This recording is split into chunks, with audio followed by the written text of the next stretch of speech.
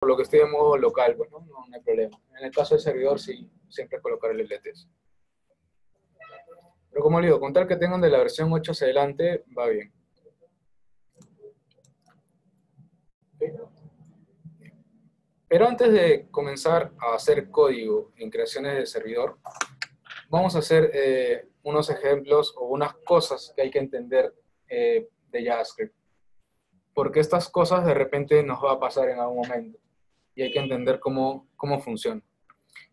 El tema, una de estas cosas que es bastante, también suele pasar, es el tema de las coerciones. Por ejemplo,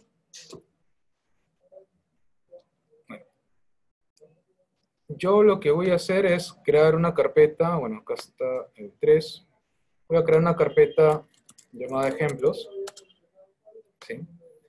Y esta carpeta yo la voy a abrir en Visual Studio Code, en un editor. Bueno, si ustedes utilizan Sublime, utilizan, no sé, WebStorm o cualquier otro editor, pues va bien, cualquiera es igual. Yo personalmente utilizo más Visual Studio Code.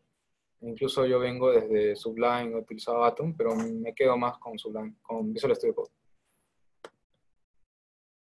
Creo una carpeta y lo que voy a hacer es crear un archivo.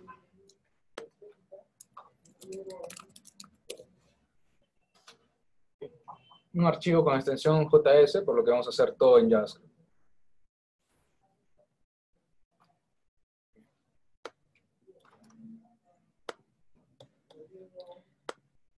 Ok. Si yo les dijese, ¿para qué sirve el console.log?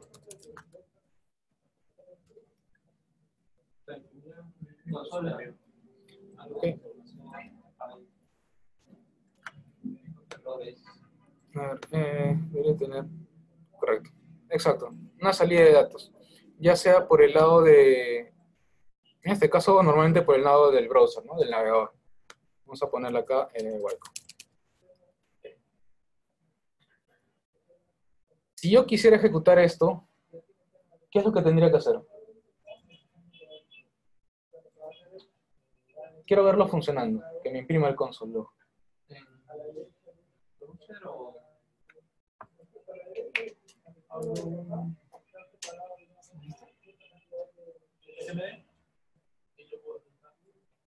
Eso si es que tenemos Node. Lo que pasa es que, justamente a lo que voy, si esto normalmente no tenemos Node instalado, la única salida que tengo es crear un HTML e importar este archivo JS para que se pueda ejecutar. ¿Sí? Y eso lo voy a ver por el navegador, por el inspector que tenemos, ¿no? Clic derecho, inspeccionar ahí en Chrome, y nosotros tenemos esta herramienta. Esta herramienta es muy útil para todos los que somos aquí desarrolladores, porque nosotros vemos los elementos, es el HTML que compone toda esta web. El console, las cosas que podemos hacer nosotros en JavaScript sobre esta web. Incluso los console logs que ustedes hacen aquí, también se van a visualizar acá. Los network, que es todo el consumo a servicios web que nosotros vamos a ir haciendo. Incluso si la página o esta página tuviese consumos a servicios web, van a aparecer acá. Bueno, no aparece ninguno, seguro no tiene ningún consumo a servicio web. Pero este de aquí es bastante útil. Entonces, tendría que hacer un HTML, importar el JS y recién para eso ya poder ver el console log. Pero no quiero hacer todo ese manejo. Quiero hacerlo algo más rápido. Para esto yo les había dicho, Node no es un servidor, es un interpretador de JavaScript. Entonces yo puedo correr este código que está en JavaScript en Node y que se ejecute. ¿Cómo? Ustedes pueden abrirlo por el terminal, ¿sí? Por SMD si quieren, pero Visual Studio Code también tiene un terminal. Entonces, más o menos ahí detectan estos iconos que están abajo en la parte inferior izquierda. Seleccionan la pestaña terminal y lo que les va a hacer es moverse o estar en la carpeta donde se encuentra, donde hayan jalado. Lo ideal siempre va a ser que se encuentren o estén dentro de la carpeta de proyecto. En este caso yo estoy dentro de la carpeta ejemplos, ¿no? Entonces ahí estoy bien. Yo quiero ejecutar este código en Node. Es decir, que Node lo compile y que me bote este console log. lo que voy a hacer es el comando node, espacio, y el nombre del archivo. Por ejemplo, pueden tabular y les va a autocompletar el nombre. Le doy enter y ahí está el console. Welcome. Entonces, las cosas que yo haga con JavaScript, lo que yo quiera imprimir, las consultas o cosas por el estilo, yo las puedo ejecutar directamente.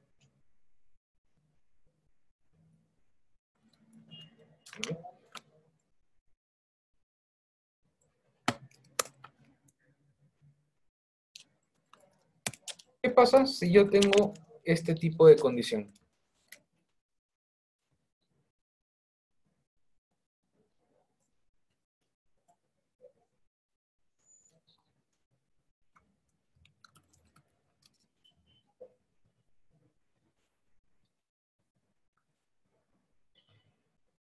¿Qué creen que retornaría como mensaje?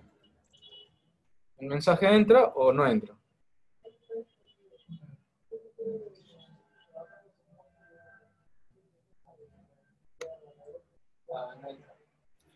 No entra, ¿por qué? Porque está retornando falso en la posición. No entra la ley si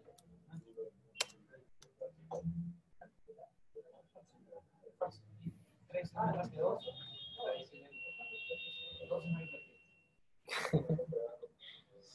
Lo que sucede aquí es algo muy extraño, pero este es lo que es coerción, ¿sí? ¿Qué es esto? Básicamente, si ustedes se dan cuenta, esta es una condición, digamos, triple, algo así. Pero lo que hace es coger siempre de izquierda hacia derecha. Entonces, primero coge, ¿3 es menor a 2? No. La respuesta en realidad es un false, ¿sí? Entonces, false es menor a 1, no tiene mucho sentido. Pero para JavaScript, sí. ¿Por qué? Porque ahí trabaja el tema de los binarios. True es 1 y false es 0. Como esto de acá es false, por lo tanto 0 es menor a 1. Entonces sí entra. ¿Sí? Entonces, ese es el tema de coerción. Que hay que tener siempre un poco de cuidado, ¿no? Igual, lo mismo sucede si es que yo le pongo acá false menor a 1. Igual me va a decir que va a entrar.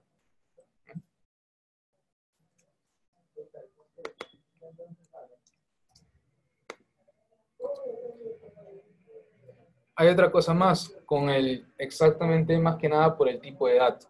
Por ejemplo, ¿qué pasa si yo tengo, digamos,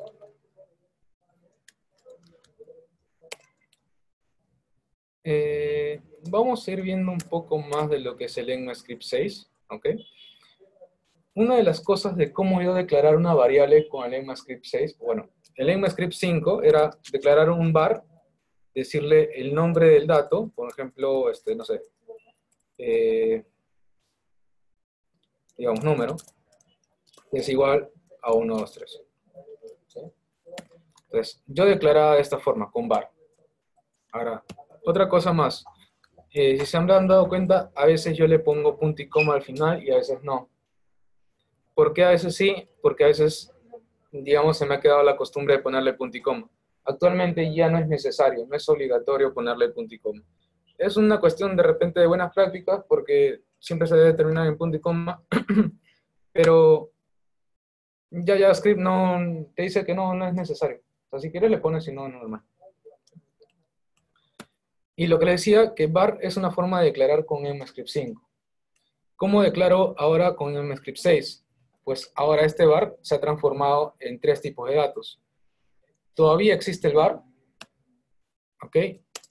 Existe el let y existe el const. ¿Okay?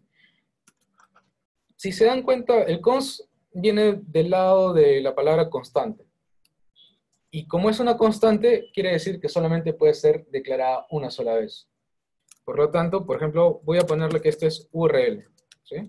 Y mi URL, digamos, es http://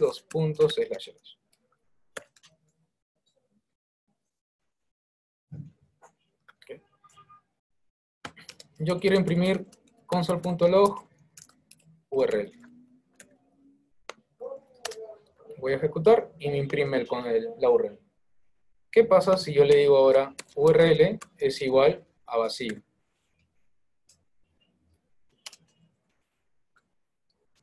Me bota un error. ¿Sí?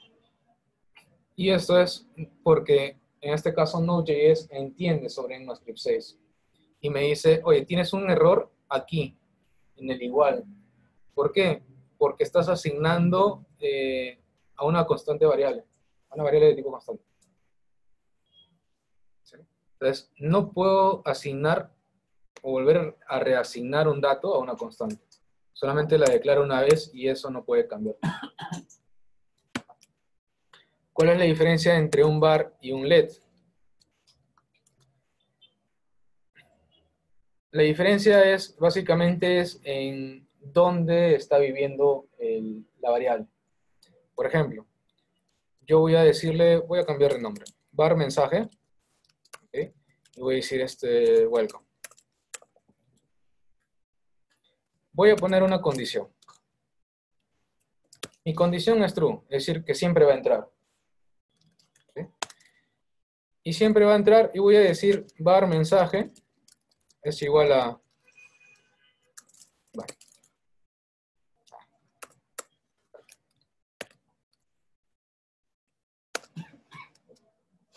si yo imprimo el mensaje, ¿qué es lo que debería de imprimirme?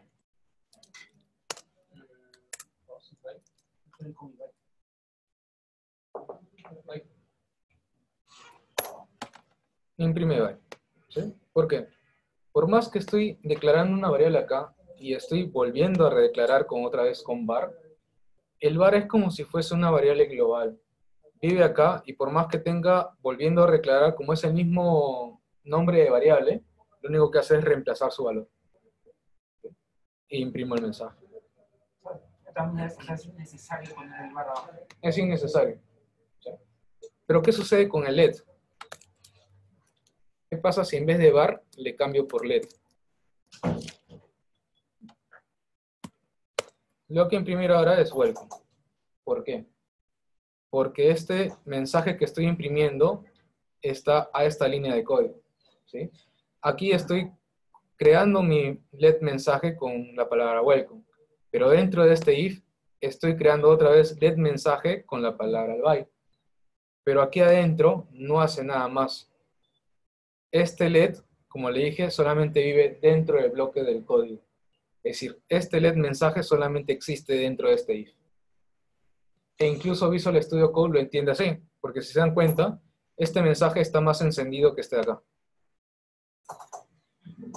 Visual Studio sabes que creo que esto Claro. es un if y fuera del if he renombrado la variable, no la reconoce. Tienes que ponerlo fuera del if, o sea, a la hora que lo, digamos, estás sacando. Claro.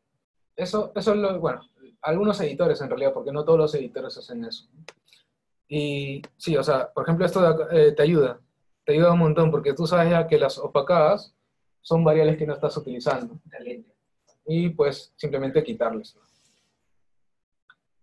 En cambio, si le hubiese quitado el LED, se vuelve a encender. ¿Por qué? Porque ya está utilizando la variable que declaraba arriba. Entonces, ahí, por ejemplo, sí me botaría el byte.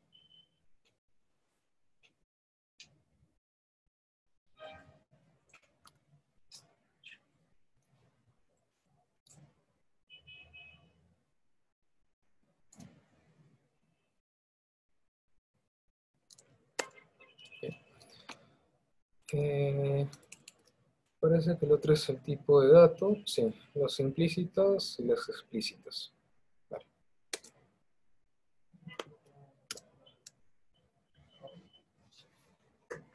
Si ustedes han visto un poco de condiciones, ¿qué pasaría en estos casos? Por ejemplo, yo tengo una constante que se llama num, que es igual a 1, 2, 3.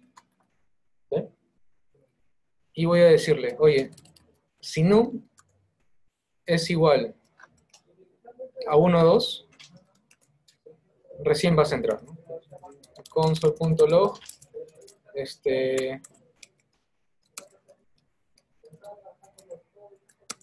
sí entro, sí, en mayúsculas, para como Bueno, incluso puedo quitar los console logs que estaban acá para que no me fastidien mucho.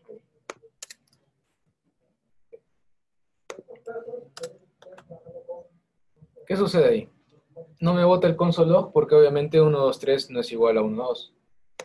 Si yo le pongo, ok, 1, 2, 3, y le digo imprimir, sí entró.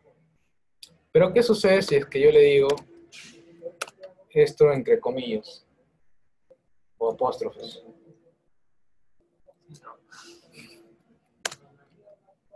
Sí entró. ¿Por qué? ¿Qué sucede? Num es 1, 2, 3. Y esto de acá también es 1, 2, 3. Son iguales, en cierto sentido. No por el tipo de dato, ahí sí son diferentes. Pero dos iguales, lo único que te compara es el valor. ¿Sí? El valor es 1, 2, 3 para los dos lados. Pero triple igual te compara el valor y el tipo de dato. En este caso sí no entra, porque uno es cadena y el otro es numérico. Entonces, esas cositas siempre hay que tenerlas en cuenta, porque me ha pasado también que en algunos casos he utilizado, digamos, el triple igual. Es un validador. Sí, he utilizado el triple igual y a veces me pasaban números en cadenas. Entonces, cuando es en JavaScript y no tienes el TypeScript, que es, digamos, una fortaleza que justamente para esos temas, puede sucederte esas cosas. ¿Qué pasa si en estos casos yo quiero convertir, por ejemplo, este numérico a cadena para que entre? ¿Cómo convertiría esta variable que es numérica a una cadena? Antes te pongo el paréntesis. String. Le agregas, Claro. concatenas, comillas, ¿no? Los dos que me han dicho está bien. Son dos formas distintas. Pones paréntesis y uno y adelante string. ¿Sí? Esta es una forma de hacerlo de una conversión explícita. Y lo otro es de colocarle concatenando con comillas vacías, es de una forma implícita. Las dos son válidas, no hay ninguna buena ni una mala. Lo que sucede es que esto es, digamos, esta forma explícita es de la versión justamente del ECMAScript 6 que trae. ¿Sí? Entonces, igual, el number y el string es básicamente el ECMAScript 6, pero existe parseInt, por ejemplo, que es ECMAScript 5 y que también es explícito. ¿Sí? O, por ejemplo, en este caso, ponerle un más adelante, que es como una sumatoria, y eso lo que hace es concatenar o hacer que se convierta en numérico. Todos estos acá son para convertirlos a numéricos una cadena, y estos de acá son para convertir a cadena un numérico. ¿Sí? Un punto to string, parseInt, un string entre paréntesis. Y lo mismo sucede para el implícita, ¿no? Si quiero convertir un numérico a cadena, lo concateno con unas vacías, y si quiero convertir una cadena a numérico, lo puedo restar menos 0, y se convierte en numérico. ¿Sí? Pero lo ideal es que traten de acostumbrarse un poco más al manejo, en este caso, de los métodos del ECMAScript 6. Donde num sea igual a string num. Con el triple igual, ¿qué pasó? Ah, es que es una constante. Entonces, un let. Ahora sí, sí entra. Siempre hay que tratar de ponerle constantes en los casos sean necesarios. Si ya lo estás utilizando cambiando el valor, ahí ya le cambiamos el dato. Digamos, no hay mucha diferencia entre estar colocándole constantes y leds, pero es un tema de buenas prácticas, un tema de orden, e incluso por un tema de pequeños bytes que también te ocupa eso, ¿no? El manejo de los leds. O sea, digamos, está en este orden. Cons ocupa menos, luego le sigue el led y luego el bar. De menor a mayor.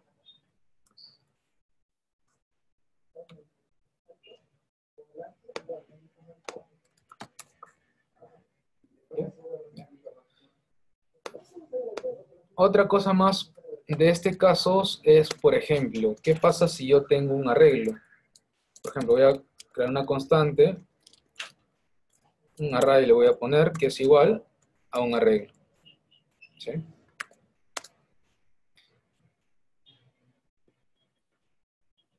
¿Qué más? ¿Qué pasa si yo le dejo así? Y hago una condición de if array.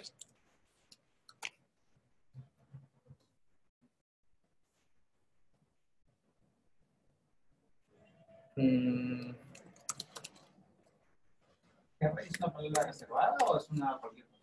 No, array es una variable. Es un nombre de variable.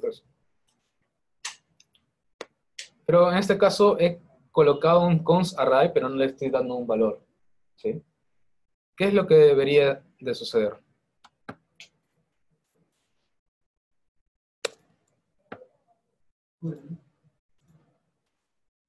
Como es una constante, me dice que tengo que comenzar a declararlo. Vamos a cambiarlo por let. Si es un let, me dice si entro. No, bueno, si entro es de acá, ¿no? Bueno, en este caso, sí, el si entro es de acá. Me dice, no, bueno, no me bota el mensaje, ¿no? ¿Por qué? Si aquí yo veo que existe el array, no es una variable que no existe.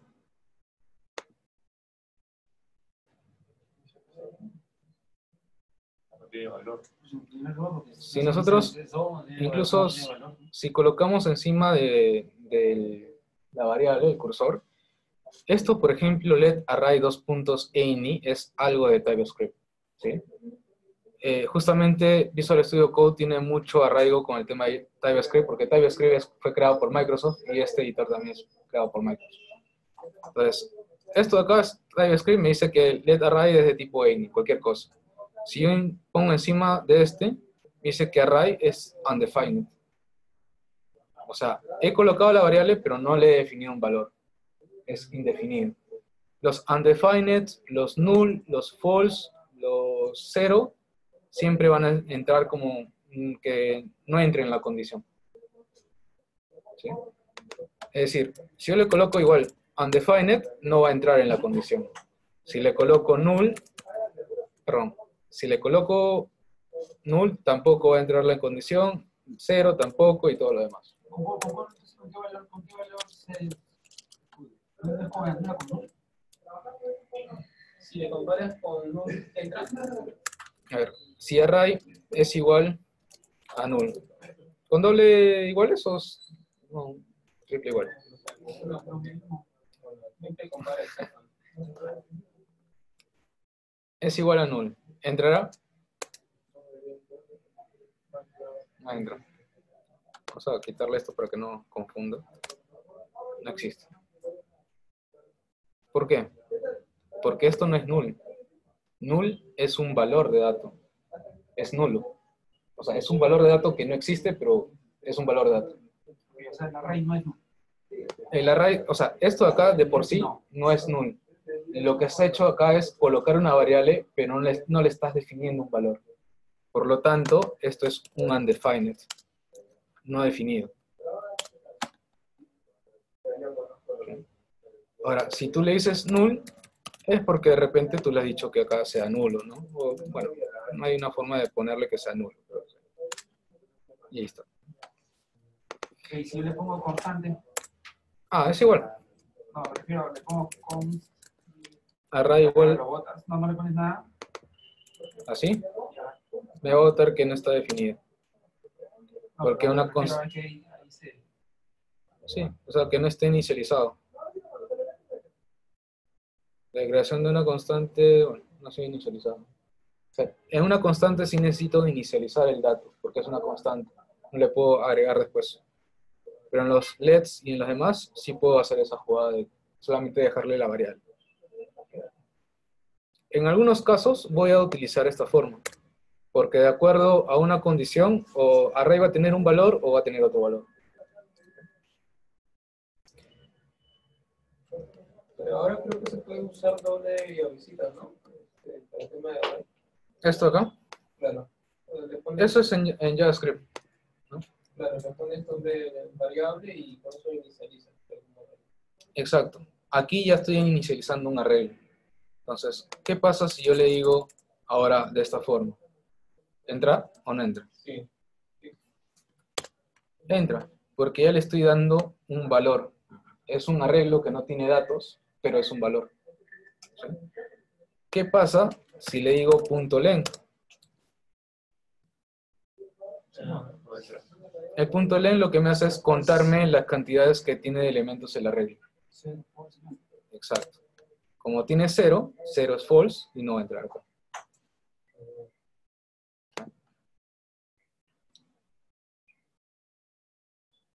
Entonces, son a veces pequeñas condiciones que parecen a veces un poco tontas, pero te cambian drásticamente una lógica en cualquier sistema.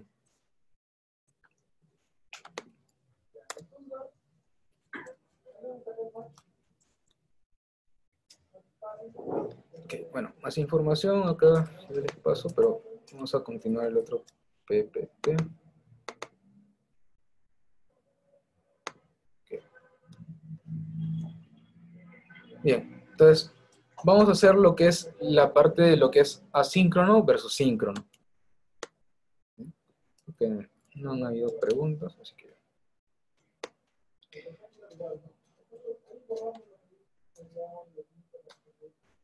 ¿Qué entienden por lo que es asíncrono?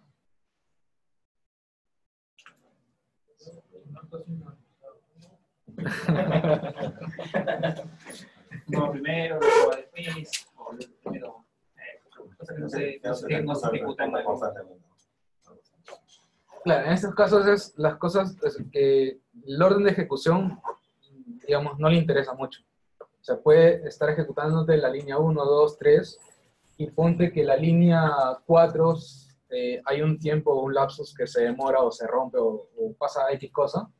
JavaScript lo que va a hacer es seguir leyendo la línea 5, 6, 7 y 8. O sea, él va a leer línea por línea, línea por línea. No le interesa si en algún momento se para o necesitas una respuesta o algo por el estilo. Él va a seguir leyendo. ¿Sí? A diferencia, por ejemplo, en PHP, y no estoy seguro si en Java también, en PHP tú haces, por ejemplo, una función que llame línea por línea y luego metes en un for, ¿no? Y luego, fuera del for, sigues las siguientes líneas. Si, por ejemplo, en PHP, dentro del for, hay algo que hizo que se muera la aplicación, el PHP no corre, se queda hasta ahí. Se queda hasta ahí y no sigue las demás líneas. En el caso de JavaScript, no. JavaScript, hay un for que se muere por ahí, bueno, le da igual, él sigue leyendo todas las líneas. ¿En qué casos nos va a perjudicar y en qué casos nos va a beneficiar? Más que nada cuando son cosas, digamos, métodos o cosas hechas de JavaScript propias, por ejemplo, la búsqueda de un arreglo, hacer multiplicaciones, fórmulas matemáticas, etc. Nosotros lo podemos dejar de forma asíncrona porque esas cosas lo hacen inmediatamente. Pero ¿en qué casos sí necesitamos que sea de forma síncrona? Es decir, que se espere la línea, el resultado de lo que me devuelva para continuar.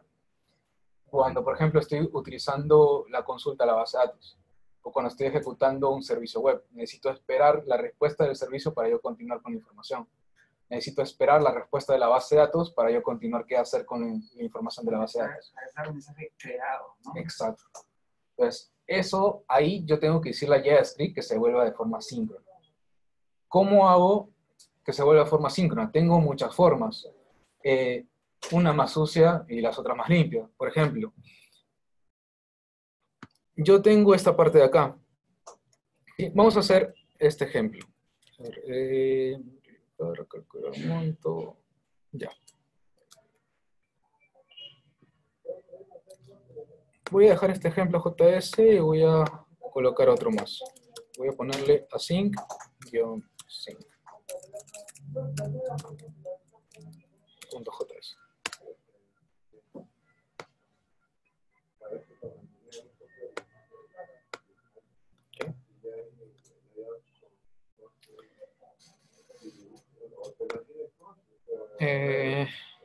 Bien. Yo necesito un valor inicial. Como es un valor inicial, no, un let, donde voy a decirle el total. Perdón. Un let donde voy a decir sum Amador. Y le voy a poner 20. Voy a crear otro LED, aunque estos de acá no deberían ser LED, pero bueno, vamos a ver frase. Multiplicador que sea igual a 5. Okay. Tengo estas dos variables. Voy a crear funciones. ¿Cómo crean funciones en JavaScript? O crean funciones en cualquier otro lenguaje. Function, el nombre de la función, por ejemplo, le voy a poner sumar. Y si tiene parámetros, le ponemos parámetros. En estos casos va a tener dos parámetros. Parámetro 1 y parámetro 2. Sabemos que esos nombres que colocamos acá son nombres de variables al final en la función. Y una función lo que hace es retornar algo. En este caso, como la función se trata de sumar, lo que va a hacer es sumar parámetro 1 más parámetro 2. Recuerden que la cruz es un sumar cuando son numéricos y si hay una cadena lo que hace es concatenar. Esta es una forma de declaración de función y a estas se las conoce como funciones declaradas. Existe otro tipo de función que se le conoce como funciones declaradas por expresión. Por expresión o a una variable, pero más se le conoce por expresión. ¿Y cómo es? Pues básicamente creo una variable constante porque no voy a cambiar su valor. Le voy a decir multiplicador, ¿sí? Perdón, multiplicar. Ese es el nombre del método. Y le voy a decir que esto es igual a una función. La función va a recibir parámetro 1, parámetro 2. Y luego va a hacer algo. ¿Qué es lo que va a hacer? Pues retornarme la multiplicación de parámetro 1 por parámetro 2.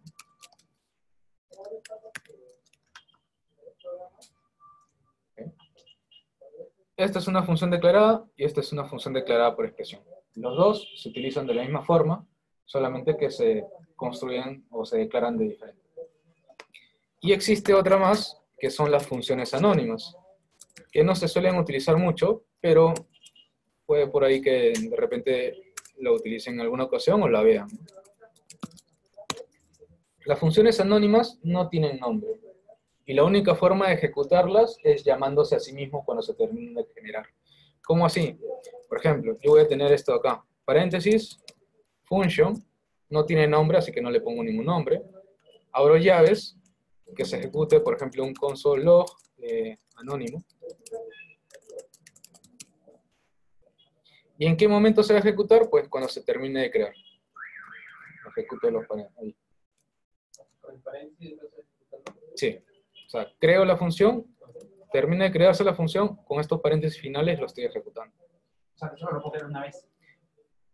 Se ejecuta una sola vez. No, me refiero a que, o sea, Puedes crear... solo puedo crear una función anónima. No. Que, como la, ¿cuál lo va a ejecutar cuando le hago el llamado? El último. Perdón, vamos a ponerle node, así, esto.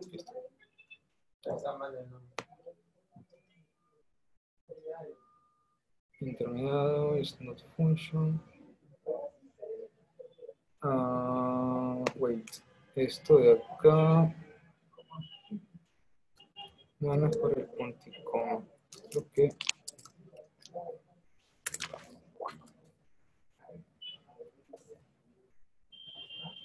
Chan. No, de momento poner no, estás solamente ejecutando así. No, sí le puse todo. Pero me está diciendo que el valor del intermediario es una función.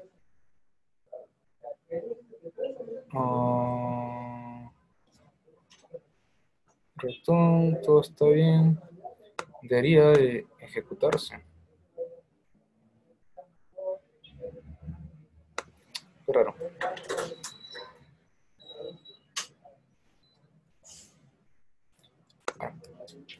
Vamos a ver. ¿De repente han cambiado o me estoy olvidando de algo más?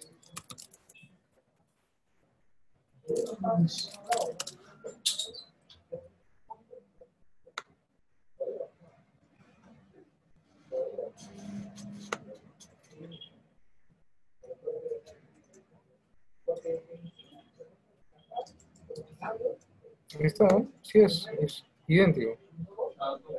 Función anónima debe estar al inicio y ahí sí se ejecuta. ¿Cómo?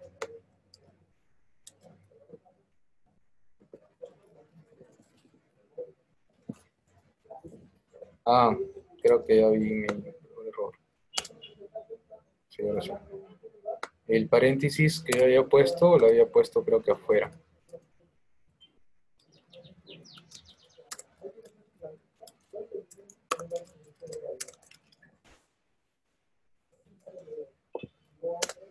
Ese era mi error.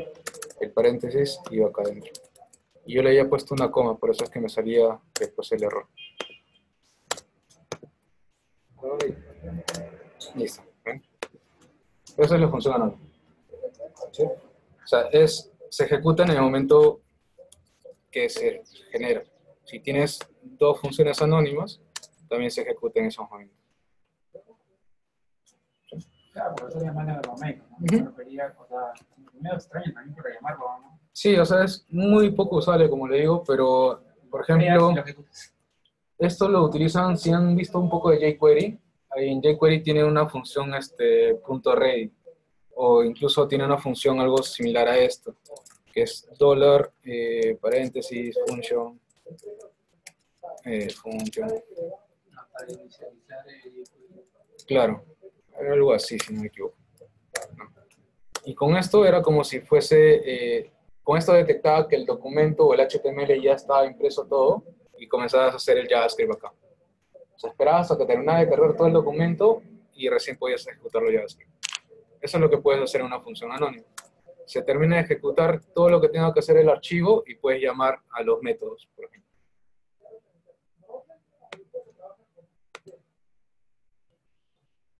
Ah, yo entiendo. Cuando no necesitas colocar la función propiamente para, o sea, como algo manual, ¿no? Ya es, digamos, es algo automático. Exacto. O sea, es como si yo le pusiese acá, por ejemplo, yo llamase a sumar, le digo 1,2. Esto de acá lo que va a hacer es retornarme y lo va a ejecutar al final, ¿sí? O sea, por ejemplo, voy a imprimir acá un console.log, sumando. Entonces, lo que va a hacer eso es sumando, le está ejecutando. Pero también lo puedo hacer aquí adentro. Entonces, eso, es eso básicamente, ¿no? O sea, termina de ejecutarse la función y se ejecuta. No es realizable. No, o sea, no se utiliza, como le digo, no es algo que vean siempre. Por ahí que de repente alguien que está creando una librería, algo por el estilo, lo va a utilizar porque espera que se cargue todo para recién ejecutarse. Entonces, por ahí que lo vean, pero algo que lo vean así, que lo estén utilizando siempre, no. Lo que sí es que siempre van a ver de repente este tipo de función o este otro tipo de función. Y más van a ver de este tipo de función quizás. ¿Por qué? Porque en estos casos, vamos a ponerle, bueno, dejarlo ahí. En estos casos, ustedes tienen aquí un function, ¿sí? En ECMAScript 6, esta palabra ya no va. Y este tipo de función se reemplaza por lo que son las funciones flecha. Las funciones flecha básicamente es borrar la palabra function y aquí colocarle una flecha. Esto, aparentemente por sintaxis, de repente ya no estás escribiendo toda la palabra función, pero también tiene una ventaja, que es básicamente el scope, es decir, el alcance de una variable. Acá con simples funciones no puedo hacer un ejemplo de cuál es el alcance de una variable, pero cuando hagamos, por ejemplo, el tema de las clases, ahí sí. ¿Sí? En el tema de cuando... El scope es, digamos, el alcance de una variable. Es decir, por ejemplo, a ver, digamos,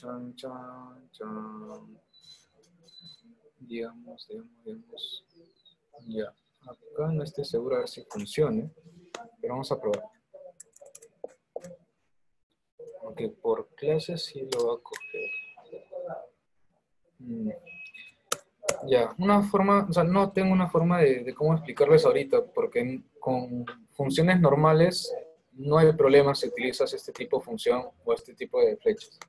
Pero cuando estemos utilizando el tema de orientado a objetos, que es el uso de clases, ahí sí, Ahí sí, la propiedad de una clase, digamos, no es alcanzable cuando utilizamos este tipo de funciones.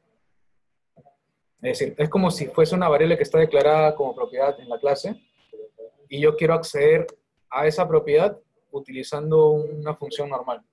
No me va a permitir acceder a esa propiedad. Pero si utilizo una función de tipo flecha, sí me va a permitir. O sea, con la flecha puedo encontrar las propiedades de una clase que he importado de otro. Exacto, así es. O sea, eso de ahí es lo que te permite justamente la función de flecha. Luego le voy a hacer un ejemplo, cuando entremos al manejo de clases, ahí les hago un ejemplo, cómo es eso de ahí. Porque ahorita en funciones simples no hay diferencia. ¿Sí?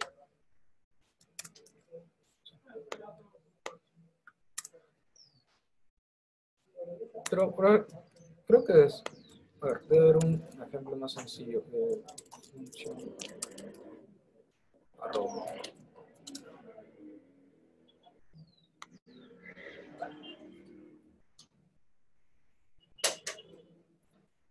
Claro, o sea, esto le está mostrando nada más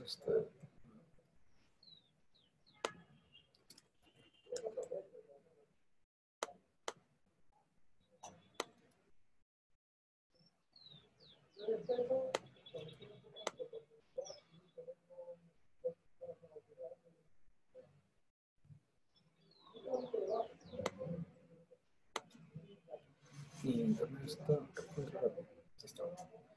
Los cambios de funciones a los corchetes, que son las funciones flecha. O sea, es esto básicamente, la forma de declarar que antes era función, ahora es declarar como función flecha. De repente por aquí está algún ejemplo. Acá está. Creo que sí, esto de acá. Esto va a servir.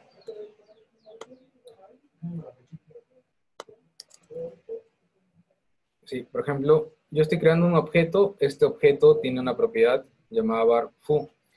Este objeto también tiene un método llamado myFun. Y lo que hace este método es una función que imprime, en este caso, thisMyVar, es decir, esta propiedad. Y aparte, tiene un setInOut, que también tiene una función normal, que lo que hace es imprimir, después de un segundo, el thisMyVar. ¿Ok? Entonces, vamos a probar. Dice foo, y después de un segundo sale el undefined. Si ustedes se dan cuenta, los dos están imprimiendo el misma variable, no tiene sentido de por qué uno sale el valor y el otro el undefined. ¿Sí? Pero es básicamente por el alcance. O sea, esta primera función, este sí tiene alcance porque es solamente la primera función. Pero este de acá ya no tiene alcance porque ya se pasó a una función y esta función está englobada en esta otra función y esta función ya no le permite salir a mayor. ¿Sí? O sea, si hay uso de la flecha, sí puede imprimir. Si yo cambio esto de acá por función flecha, ya voy a poder imprimir. Ese es el alcance, ese es el scope a lo que se refiere. Entonces, por eso decía, en una clase lo podía hacer con propiedades, pero bueno, ahí encontré ya el ejemplo de hacerlo con un objeto. ¿Sí? Entonces, lo ideal es acostumbrarse más al tema de las funciones flecha, porque es una forma también más actualizada de comenzar a desarrollar. Bueno, este lo voy a dejar acá, por si acaso. Ok, entonces, a lo que íbamos, acá están las funciones anónimas, y aquí tengo las funciones, voy a dejar esta función anónima por arriba. Bueno, vamos a dejarlo más abajo, por ahí, comentado. Ok, entonces, yo creo estas variables, creo las funciones, y listo, yo necesito ahora comenzar a devolver resultados. ¿Cómo llamo una función sumar? Pues sencillo, le digo simplemente sumar. Le voy a pasar un parámetro. El inicial le voy a pasar que sea 100. Y le voy a pasar como segundo parámetro el sumador. ¿Okay? Esto, como está devolviendo un return sencillo, yo le voy a almacenar en una variable de total. Y voy a imprimir, en este caso, el total.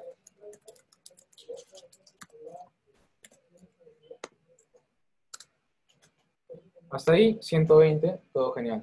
No hay ningún problema. Ok. Ahora voy a decir, total va a valer lo que devuelva la función multiplicar. Y le paso dos parámetros. Primero, pues el valor total, es decir, el 120 que pasó por sumar. Y el segundo, que es el multiplicador, que es arriba el que vale 5. Ahora, ¿cuánto vale? Pues vale 600. Genial. Una función de forma asíncrona, como son funciones que lo único que hace son métodos matemáticos, los ejecuta rápidamente y no hay ningún problema. ¿Qué sucede si yo aplico al sumar un tiempo de espera, imaginando que estoy haciendo una consulta a la base de datos? ¿Sí? Le aplico un setInOut, es decir, va a ejecutar este método después de cierta cantidad de segundos. Y recién va a retornar. Voy a poner un segundo. Después de un segundo, recién va a retornar la respuesta de la sumatoria. ¿Sí? Sale nada. ¿Por qué sale nada? Tiene valor, lo está multiplicando por 5. Exacto. Yo ejecuto sumar, a JavaScript ya lo ejecutó, ya hay un setInOut que demora un segundo, a él no le interesa, ejecuta multiplicar con el total, que es un valor que todavía no tiene resultado. Y al multiplicarlo, pues bota un NaN. Que en realidad NaN también es un valor numérico. No es, digamos, un valor de por sí que nosotros conozcamos, pero es numérico. O sea, si ustedes quieren compararlo con un tipo de dato, es numérico. Pues si hubiera lo hubiera inicializado el de total igual a 0 y otra vez si hubiera puesto total igual a sumar o total, let total igual a 1. O sea, esto así, let Total total. igual a 1, aquí lo puse 5. En ese sentido tampoco. Porque aquí lo que ha hecho es ejecutarse, pero ya le está avisando que es la ejecución de acá va a retornar y va a reemplazarse en total. No ha retornado, pero ese no retorno ya es un valor que se ha asignado al total. O sea, digamos, es un undefined que se ha metido al total. ¿Sí? Entonces, ahora ese undefined lo está mandando a multiplicar y por ende sale no. Pero si el total igual a 1 le pones abajo de sumar, ahí sí sale. Ah, y sí, pues, ¿no? Porque el orden ya cambió. O sea, sumar vale nada acá, ahora total otra vuelta vale 1 y ahí recién va a ir a multiplicar y votaría 5. O sea, obvio cambió el total. Como cambió no sabe, por eso ya le ponemos claro. Exacto. Y en esos casos yo necesito que, por ejemplo, por más que se demore un segundo, yo necesito que me espere. Que espere la respuesta para yo recién mandar a multiplicar. Yo tengo varias formas de hacer eso. Una de ellas, que es la más sucia que les digo, es básicamente esta de acá, ¿no? Lo que hace es, bueno, si damos un poco el ejemplo, es llama a calcular monto y cuando calcula el monto va a tener un tiempo de un segundo, pero después de ese segundo de ejecución recién va a multiplicar y luego recién va a llamar a sumar. En este caso llama a sumar y luego recién va a llamar a multiplicar. Pero ¿qué sucede ahí? Estamos ensuciando la función que calcula el monto, por ejemplo, con sumar. Ya no calcula, sino también suma aparte. Entonces mi función ya no es reutilizable, no debería estar bien.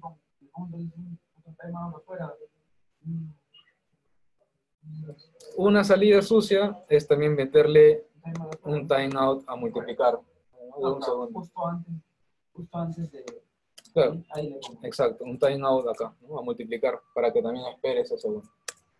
Pero si es que tú sabes cuánto se demora, si es que esa es la base de datos, en un listado puede ser diferente cantidad de milisegundos a otro tipo de Claro, ese es listado. el timeout, no significa que eso es lo que se vaya a demorar, normalmente se demora menos. Exacto. Entonces, ahí el timeout es sucio, te puede servir, pero es sucio, no te va a ayudar mucho tampoco. Lo ideal es colocar de diferentes tipos de funciones. Uno de los más conocidos es las funciones de tipo callback, ¿sí? Existen las funciones también las tipo promesa, que lo vamos a ver luego, y existe en Angular las funciones de tipo observable, que también, digamos, son de forma síncronas, pero tienen otro tipo de función. Entonces, los tipos callbacks son básicamente de la función, es un parámetro de retorno. Es decir, yo en la función sumar tengo dos parámetros de entrada, que son los que se van a encargar de sumar. Pero a la función sumar le voy a devolver un parámetro de retorno, un parámetro de salida. Yo le voy a poner callback.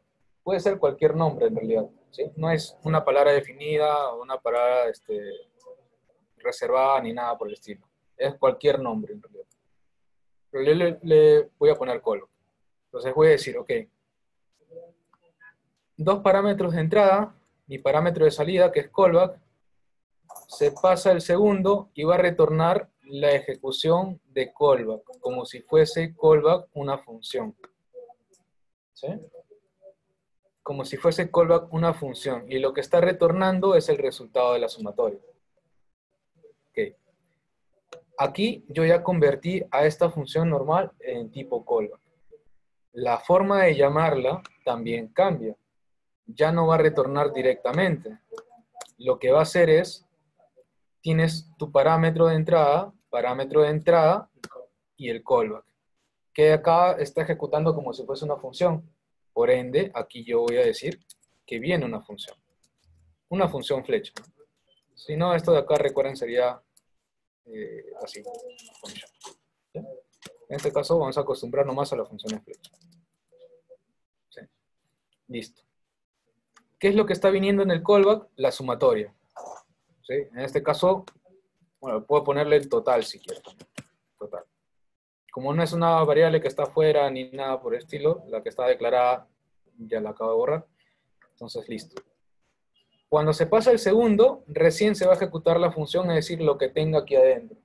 Y lo que tenga aquí adentro ya me interesa tener todo esto acá. Estoy esperando el retorno de lo que me devuelva la función sumar. A sumar no le he modificado nada, más que agregarle un parámetro de salida. Sigue sumando, solamente se dedica a sumar.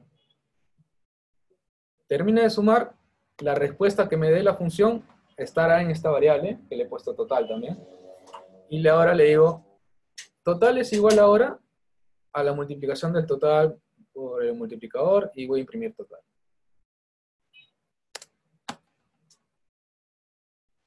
¿Sí? Si se dan cuenta, ahí tiene como que un lapso de espera de un segundo y bota el 600. Es el segundo que se demora el ZINOut. Y listo. Con eso yo ya hice que mi función se mantenga sus características normales, pero le he puesto de tipo callback, que me espere el retorno. No, claro, porque es como que medio reservado también, ¿o no? ¿Cómo reservado? O sea, tú le hubieras puesto ahí función sumar parámetro 1, parámetro 2, coma, no sé, Alfredo. Y luego al final le hubieras puesto return Alfredo, parámetro 1, parámetro 2, y hubiera tenido el mismo resultado. Sí. ¿Te refieres por el nombre de la variable? El nombre de callback. Sí. Por ejemplo, espera.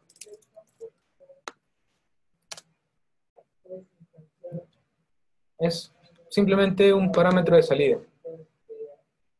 Las palabras reservadas siempre se suelen colocar en estos reconoce que el último parámetro es de salida. Sí. O solo porque no le pusiste a los dos primeros. No, porque yo le estoy ejecutando como si fuese una función. ¿Sí?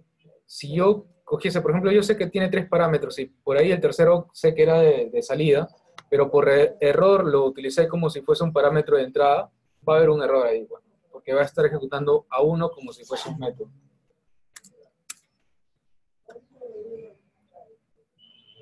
Eso es, está acá, por colocar. Entonces, de esta forma yo hago que una función de lo que es asíncrona se vuelva asíncrona. De esta forma yo hago que la función de lo que el tiempo que demore la respuesta, esperarlo para yo continuar. El callback espera que termine la función. Así es. La cantidad de tiempo que se tenga que demorar en retornar la respuesta, eso es lo que te va a esperar. Una vez que ya te devuelve el callback, recién ejecute lo que está dentro. Ahora, en el callback no solamente le puedo devolver un parámetro, le puedo devolver la cantidad de parámetros que yo quiera, un arreglo, un objeto, un numérico que está ahí, una cadena, cualquier cosa, ¿sí? Y eso obviamente va a ser igual por el mismo orden, ¿no? El total es la sumatoria, acá viene el arreglo, acá está el objeto, y acá está, no sé, la cadena. Acá, aquí sí va el orden, ¿no? Y yo puedo retornar las cantidades de cosas que yo quisiera. Es como si fuese una ejecución de una función que se encuentra dentro de una función. Algo así. Esos son los parámetros callback. ¿Cómo haría si que quiero a multiplicar también, volverlo de tipo callback? Igual, pongo un parámetro más a la... ahí. Ya. A multiplicar le colocamos un parámetro más llamado callback. Retornamos callback como ejecución de función. Listo. Mi multiplicar ya está como método callback. Mi función multiplicar debe cambiar, ¿cierto? Porque ya no está retornando como una función normal. Es ahora una función de tipo callback. ¿Cómo cambiaría?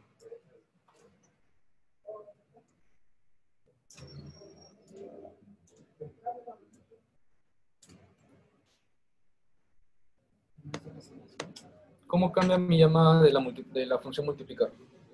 Hay que pasarle un parámetro más. Claro, el parámetro de salida. Parámetro de salida, como es de tipo callback, y yo estoy llamando aquí a la función, quiere decir que voy a retornar como salida una función. Y el total entra ahí. Acá el resultado es lo que me va a venir el multiplicado. ¿Qué pasa si yo le pongo total también acá? Imprimo total, y esto obviamente el total igual ya no iría.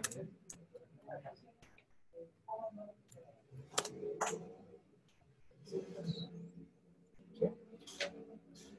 Hasta este punto no hay ningún, digamos, conflicto, porque el total que devuelve acá lo está utilizando como un parámetro. Y el total que está aquí es la devolución del resultado de la función multiplicar, y es lo que va a mostrar. Pero en sintaxis, lo ideal es tratar de que estos dos, bueno, en este caso, el retorno de esta información no sea la misma del retorno de esta información.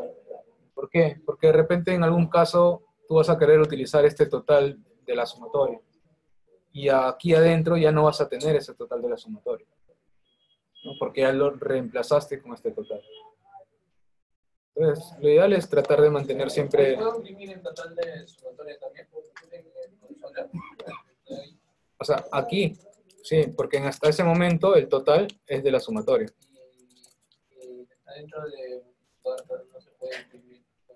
Tienes que poner 4 parámetros. Exacto, porque no sabría, ya, estás imprimiendo este total, por ejemplo, voy a imprimir primero el total de la sumatoria y luego el total de la multiplicación.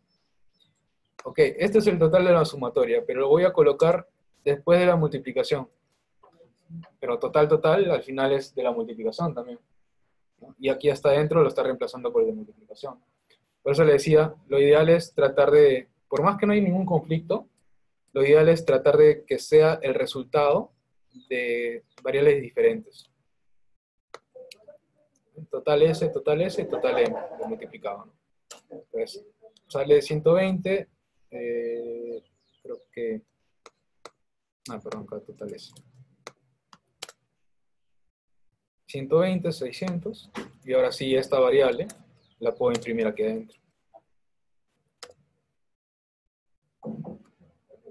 Entonces, lo ideal es no tratar de no utilizar siempre las mismas variables metidas dentro de...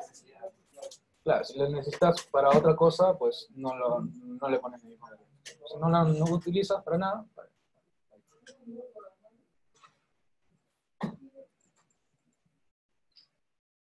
¿sí? Bien. ¿Preguntas? ¿Dudas?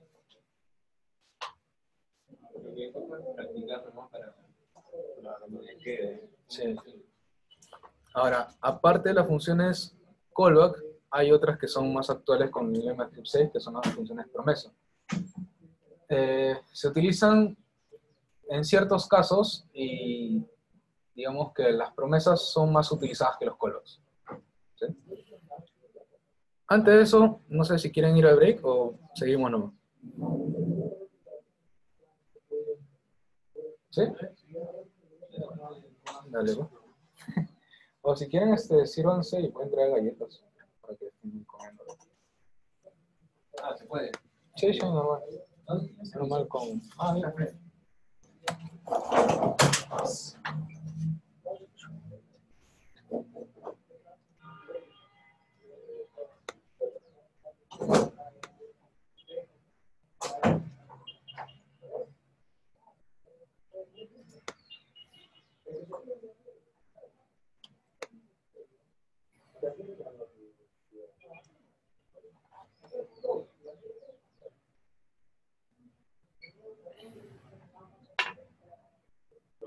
Lo que no entiendo del callback es cómo lo espera, o sea, porque ya esto chupa el valor del parámetro. del parámetro, ¿no? Pero ahí cuando lo llamas, ¿por qué espera que hay un segundo? Claro, es que esa función del setTimeout hace que no se ejecute lo que está dentro después de un segundo. Claro, Entonces, como no se ejecuta el retorno del callback, esta función del sumado se queda como que no espera. claro. Y una vez que después pasa un segundo, se ejecuta este retorno, recién ya puede entrar a la función que se ejecuta dentro. Ah, ya. El setTimeout es el que se encarga de decirle, oye, aguántate un rato todavía no respondas nada. Claro.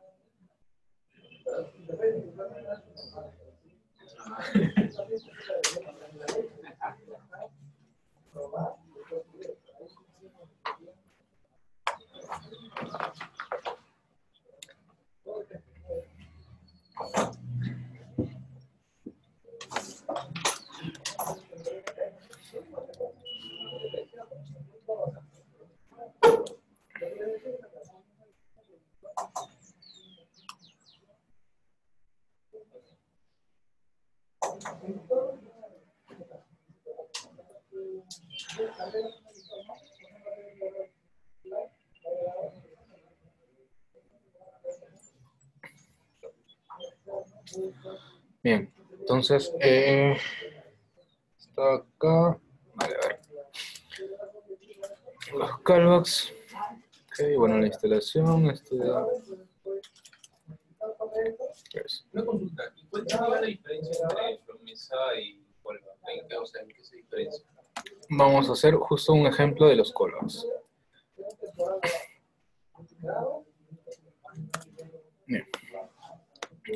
Hasta ahora nosotros hemos hecho, en este caso, la función promesa.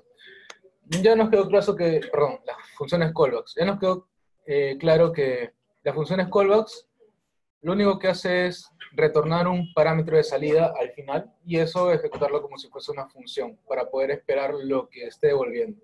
¿Sí? El tiempo que se demore es lo que va a devolver y lo que se va a ejecutar dentro de este caso de sumar o dentro de este caso de multiplicar. ¿Sí? ¿Qué sucede en estos casos? Cuando, por ejemplo, yo sé que esta es una sumatoria normal y que no va a ocurrir ningún error porque está sumando algo natural, números. Pero ¿qué pasa si en el caso que fuese la base de datos, consulta base de datos, ocurre un error? Es más, yo quisiera poner o manejar los temas de errores, por ejemplo, de que si consulto o busco un usuario con un ID y no existe ese usuario, retornar que ha sido un error. Y en ese error decirle, oye, usuario no encontrado, por ejemplo. Y si el usuario sí existe, pues retornarle el objeto del usuario nada más. O sea, manejar el flujo de si hay error o no hay error. Si yo lo veo un tema de los callbacks, lo puedo hacer. Por ejemplo, voy a aplicarla acá al multiplicar. ¿Sí? Yo podría preguntar, sí, vamos a ponerle...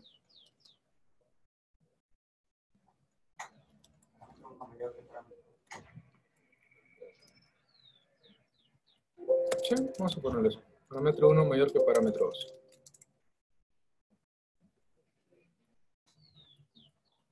Si esto es cierto, voy a decirle que retorne normalmente simplemente la multiplicación. ¿Sí? Y si no es cierto, yo necesito que retorne algo que me diga que ocurrió un error. ¿Cómo podría ser? Ok, le mando, digamos, un texto. Ocurrió un error. ¿Sí? O sea, va a retornar la multiplicación y en este caso va a retornar el error.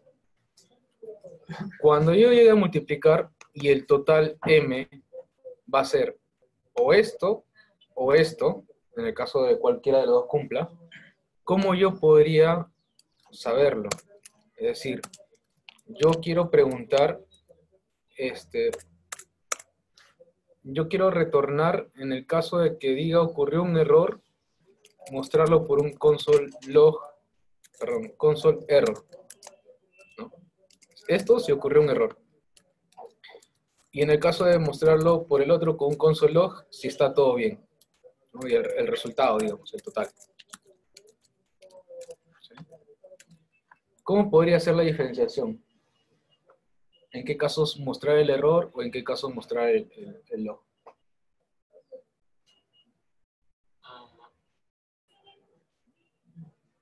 A partir del total M, ¿no? O sea, yo sé que el total M o me muestra un numérico o me muestra una cadena, ¿sí? Pero esto no podría ser por el tipo de dato, porque de repente el tipo de dato de lo que me retorna aquí también puede ser una cadena, y ya no cae mi variación. Lo que se suele hacer en funciones normales de los callbacks es coger dos datos. El primer dato es saber si hay error o no hay error. En este caso le voy a decir, no hay errores, false. Y el segundo parámetro, el resultado. En este caso, exacto. ¿Hay errores? Sí, true. Y el segundo parámetro, el mensaje o cualquier otra cosa.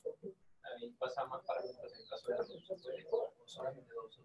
Sí, o sea, de acá tú puedes manipularlo. Recuerda que son parámetros nada más de salida. O sea, si tú quieres le pones más parámetros, ¿no? En caso de error. En caso de error, ¿cómo en el caso de error? Acá, aquí, claro. Retornas más parámetros, mandas más parámetros. Ponte 2. Pero en este caso, aquí tú tendrías que tener, primer parámetro es si ha habido errores o no. Segundo parámetro es supuestamente tu total o el mensaje, ¿no? Ocurrió un error. Y en el caso de que ocurrió un error, tú tendrías un tercer parámetro. En este caso ponle, no sé, tercero. ¿Sí? Y este tercero, cuando ocurra esto de acá, tercero va a ser undefined. Pero si ocurre este de acá, tercero va a ser 2. ¿Sí? Eso, o sea, puedes manipularlo a diferentes cantidades de parámetros, no importa. Esto sería mi única salida para saber si está bien o está mal. Y con esto yo preguntar, si existió un error, si el error es true, entonces voy a mostrar este de aquí. Y si no, pues voy a mostrar este otro.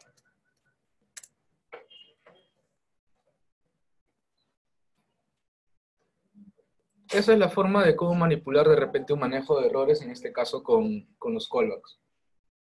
Como pasándole un parámetro más. Pero aquí es un poco más... ¿no?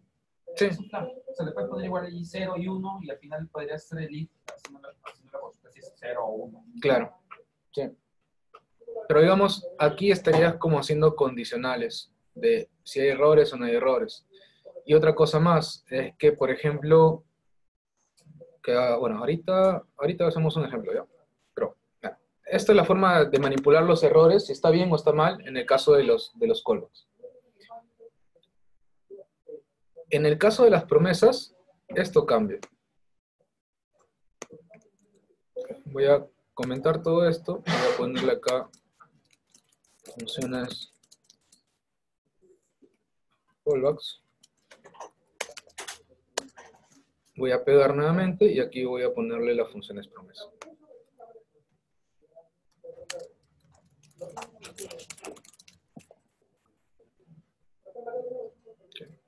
¿Cómo cambia el tema de las funciones promesa? Lo dejamos como hace un rato quería, ¿no? Si está todo ok, en este caso los callbacks van a retornar un parámetro. Las funciones promesa no necesitan de un parámetro de retorno. Las funciones promesa son tal cual como si fuese una función normal. Pero le tenemos que decir que sea de tipo promesa. En este caso, le voy a decir que retorne return new promise, un instanciamiento de promesa, y dentro de esta función va a haber una función flecha. ¿Okay? Dentro de estos paréntesis, perdón, de este entre paréntesis, voy a tener dos campos, un resolve y un reject. No, como siempre es esos dos. No, son otros nombres, puedes hacerlo. O sea, resuelto Y rechazado. rechazado. O sea, sí. O sea, igual siguen siendo parámetros de salida como la palabra callback. Entonces, yo estoy instanciando que la función ahora es de tipo promesa y que tengo dos parámetros. Uno el resolve y el reject. Y aquí es donde yo elijo qué cosa hacer. Por ejemplo, voy a decirle, ok, se va a demorar cierta cantidad de segundos, ¿no? Y en este caso ya no va a retornar un callback. Y voy a decirle que como este de acá se ha resuelto correctamente, le voy a decir que retorne por el resolve.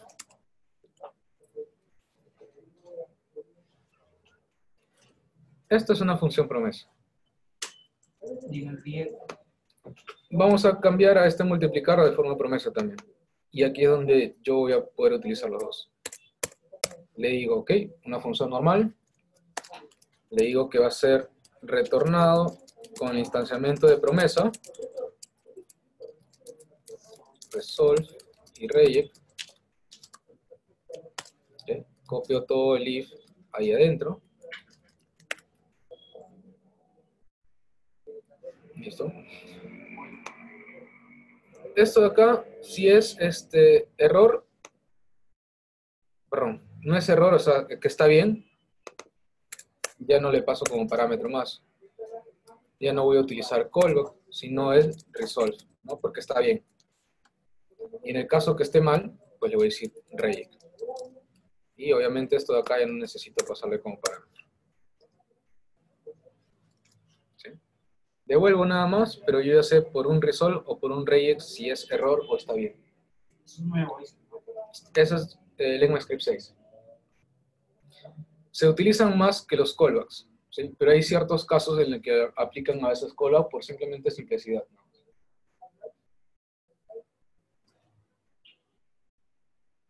¿Simplicidad o desconocimiento?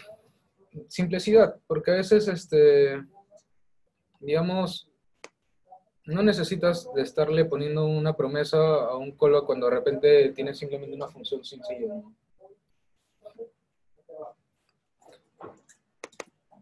Y aparte que los callbacks tienen otra más, perdón, las promesas tienen otra fortaleza más adicional, que ahora vamos a ver. Pero aquí ya mi función es de tipo promesa, ¿sí? Cerrado. Ya mi callback ya no es, ahora es promesa. Ya sé que está bien por el resolve y está error por el rechazado, por el rey. Mi función sumar ya ahora no es callback, es promesa. Por lo tanto, no tiene una salida de retorno de esta forma. Voy a copiarlo, sí, porque voy a utilizarlo igual. pero es una función normal.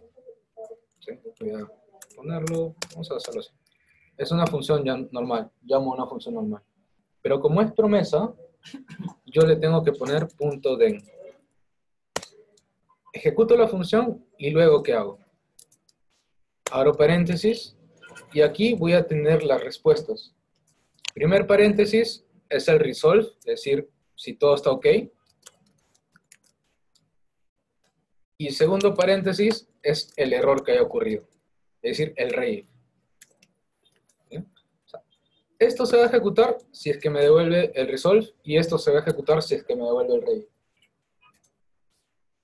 Entonces, si me devuelve el resolve, quiere decir que me está devolviendo el total, el arreglo, es decir, todo lo que había copiado.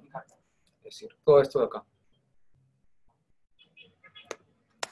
Paréntesis, y bueno, y todo lo demás que yo quisiera hacer, que en este caso es multiplicar, ¿no? Voy a borrar esto aquí y aquí adentro. Y en el caso que haya ocurrido un error, este error pues es el mensaje que está viajando aquí, este error. Entonces voy a ponerle un console log, un console error de error.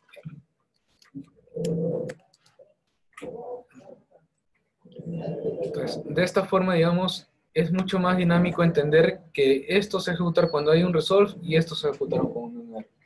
Ya no lo hago por una condición de un if, sino ya es un poco más ordenado. El multiplicar, ¿cómo cambiaría también? Porque el multiplicar también ahora es de forma tipo promesa. ¿Cómo cambiaría?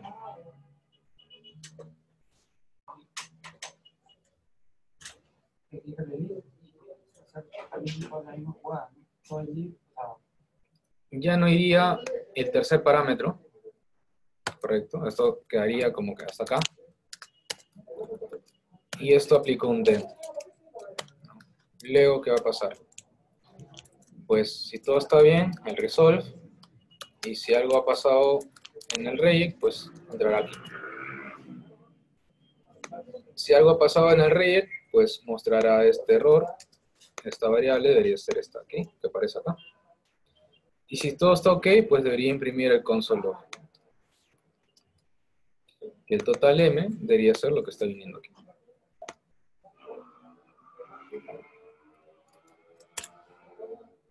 El total S y el total M ya no serían el callback, ¿no? Serían Ahora, una variable. Exacto, del retorno de la promesa.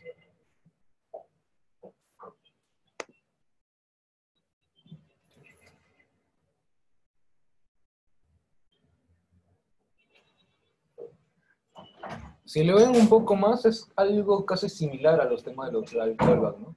Porque, si es cierto, ahora le estoy aplicando el punto den, pero en callback esto era así, ¿no? Coma y el resultado que venía del callback.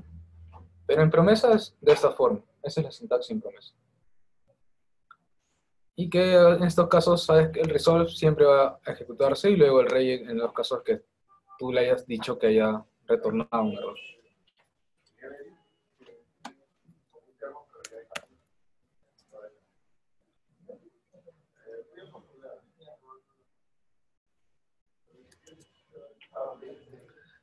Ahora, ¿en qué otros casos nos utiliza más el tema de las promesas o le sacamos más provecho? Más cuando son funciones independientes, ¿sí? Por ejemplo, yo les pongo como ejemplo algo, esto de aquí. Imagínense que yo tengo una función lista 1. ¿Sí?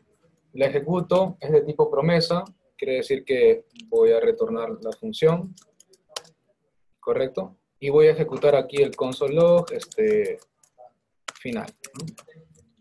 ¿Sí? Obviamente esta función no existe, estamos imaginando que existiera, que es de tipo call. Pero ¿qué pasa si yo necesito, ok, se ejecuta la función 1 que de repente era, vamos a ponerla así mejor, list user. Y luego después de listar los usuarios, yo necesito que liste los países. Que no tienen nada que ver con usuarios, son independientes, pero necesito que termine de listar los países para recién imprimir el console log final. Es más, yo necesito que liste, no sé, películas que no tienen nada que ver con ninguno de los dos para que recién retorne al final. Y así sucesivamente, no sé, películas de Perú, etcétera. Y tener calvas dentro de otro calvas porque yo necesito que se ejecuten estos 4 funciones para recién hacer lo que yo quiero hacer con el resultado de los 4. Imagínense que esto se demora 2 segundos. Esto se demora, digamos, 1 segundo. Esto se demora 3 segundos. Y este se demora 2 segundos. Tendría que esperar 3, 6, 7, 8 segundos para realizar recién el console log. ¿Sí? Como son independientes, esto en promesa me es mucho más sencillo.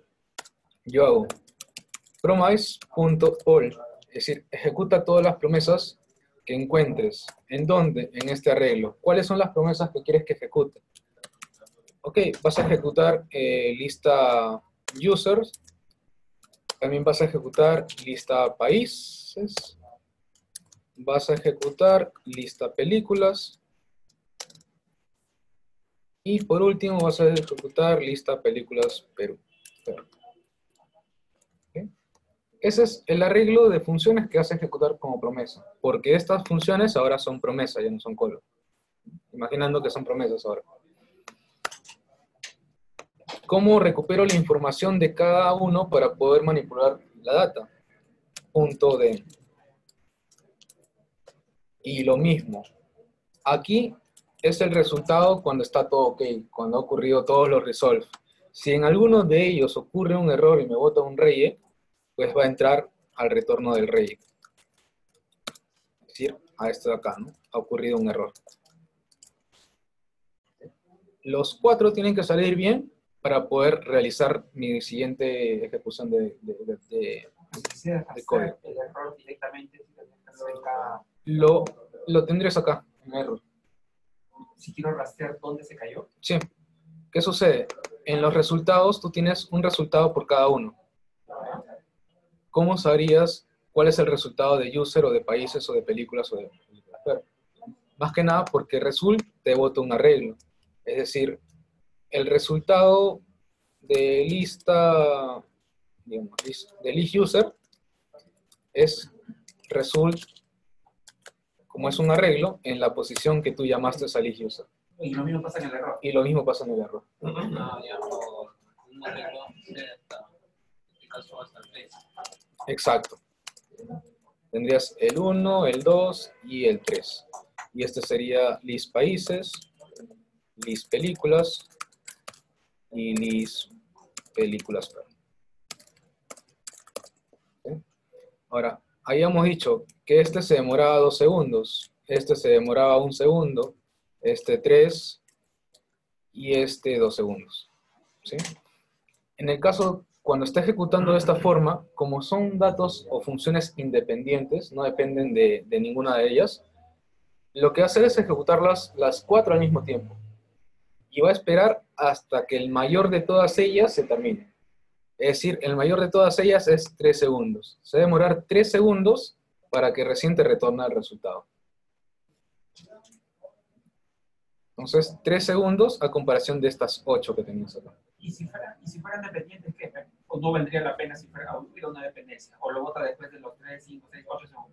Si fuese dependientes, esto ya no estaría aquí adentro. Lo tendrías que ponerlo afuera y esperar que termine esa función para recién llamar a las independientes. Porque digamos, si esto de acá rebota un resultado y necesitas el resultado de este para pasarle como dato a este, para que te bote los listados de países, exacto, no puedes ponerlo a list user dentro. Tendrías que primero llamar a list user, sacar su den, ¿no? Si está todo ok, el parámetro que viene, y ahí recién el promise all.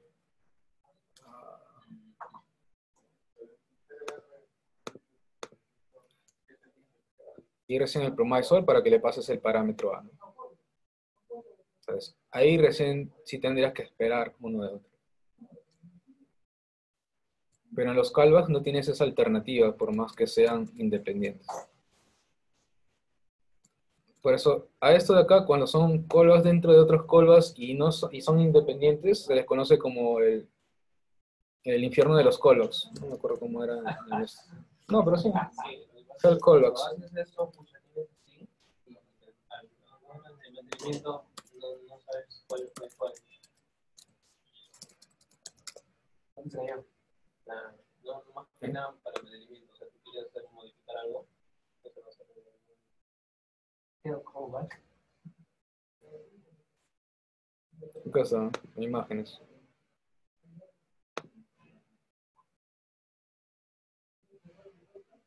Ah, está lento, pero bueno. Si es cuando tienen uno, cal 1, cal 2, 3, 4, 5, 6, 7, 7, y recién hacen lo que quieren hacer. Entonces, a veces pasa eso de ahí, en ocasiones pasa. Por eso una de las cosas chéveres que tienen las promesas es que tú puedes ejecutarlas todas a la vez, ¿no? Y el máximo que se demore es el máximo de tiempo que se demora.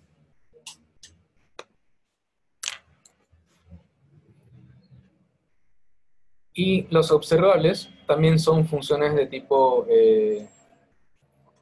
síncronas, solo que tienen otra funcionalidad. A diferencia de las funciones normales y las funciones promesa, las funciones de los observables se les llama como funciones perezosas. ¿Por qué? A una función normal, a una función promesa, tú la ejecutas y te devuelve un resultado, y ahí se terminó la cosa. En cambio, los observables, tú no le ejecutas, tú te suscribes a la función, ¿sí? Y estás siempre esperando si hay algo nuevo. Es como si tú fueses, por ejemplo, tú vas a ir a comprar el periódico, ¿sí? Vas, pagas y te dan el periódico y se acabó todo. Es diferente cuando tú vas y te suscribes a una revista o a un periódico, lo que hacen es cada día te llega a tu casa el periódico. No haces nada y ellos te están enviando el periódico diariamente.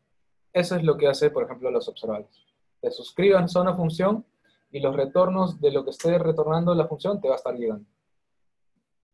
Eso, los observables en Angular se utilizan más cuando se unen con el tema de Firebase. Porque Firebase, sus ejecuciones no tienen web service, sino son métodos de ejecución por el SDK. Y esos métodos son de tipo observables. Es decir, yo inserto algo, la base de datos de Firebase detecta y avisa a todos los que están suscritos, digamos, a esa URL. Exacto. Es como un trabajador, ¿no? Manda a todos los que están suscritos y va a mostrarse el listado como si fuese en tiempo real, como si estuviese haciendo manejo de sockets. Eso es lo que hace Firebase. Eso también se puede emular, igual utilizarlo con el manejo de sockets. O sea, yo te puedo avisar por un socket para decirte que actualices o llames otra vez al servicio web y actualices otra vez la información.